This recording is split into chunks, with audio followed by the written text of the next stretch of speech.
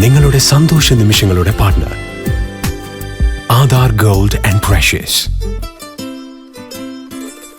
തിരൂരങ്ങാടി നഗരസഭ 9-ാം വാർഡിലെ ഗവൺമെന്റ് ഹൈസ്കൂൾ റോഡ് പുനരുദ്ധാരണത്തിലെ അപാകതകൾ ആയിരക്കണക്കിന് വിദ്യാർത്ഥികളുടെ ജീവന് ഭീഷണിയാക്കുന്നു. തിരഞ്ഞെടുപ്പ് മുന്നിൽ കണ്ട തിരൂരങ്ങാടി ഗവൺമെന്റ് ഹൈസ്കൂളിന് സമീപത്തെ 200 മീറ്ററോളം റോഡ് കോൺക്രീറ്റ് ചെയ്തെങ്കിലും റോഡിന്റെ ഇരുവശങ്ങളിലും ടൈലുകൾ പതിപ്പിക്കാത്തതാണ് വലിയ അപകട ഭീഷണിയായി ഉയരുന്നത്. തിരഞ്ഞെടുപ്പ് വേളയിൽ ഇരുവശങ്ങളിലും ഇന്റർലോക്കുകൾ പതിപ്പിക്കുമെന്ന് വാഗ്ദാനം നൽകിയിരുന്നുവെങ്കിലും ഇപ്പോൾ ഇതിനായി ഫണ്ട് അനുവദിച്ചിട്ടില്ല എന്ന നിലപാടിലാണ് അധികൃതർ. തിരൂരങ്ങാടി ചന്തപ്പടിയിൽ പ്രവർത്തിക്കുന്ന LP സ്കൂളിലേക്കും ഗവൺമെന്റ് ഹൈസ്കൂളിലേക്കുമുള്ള പ്രതിദിനം 4000-ലധികം വിദ്യാർത്ഥികളാണ് ഈ റോഡിലൂടെ നടന്നു പോകുന്നത്.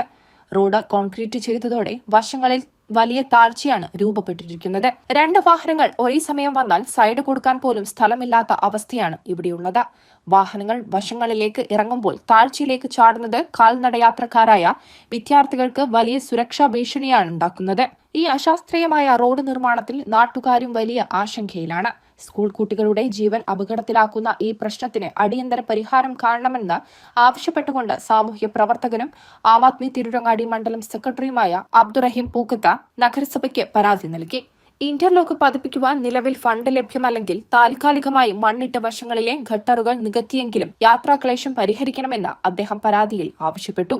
അധികൃതർ അടിയന്തരമായി ഇടപെട്ടില്ലെങ്കിൽ ശക്തമായ പ്രതിഷേധ പരിപാടികളുമായി മുന്നോട്ടു പോകാനാണ് നാട്ടുകാരുടെ തീരുമാനം. MTN news, Tirurangadi.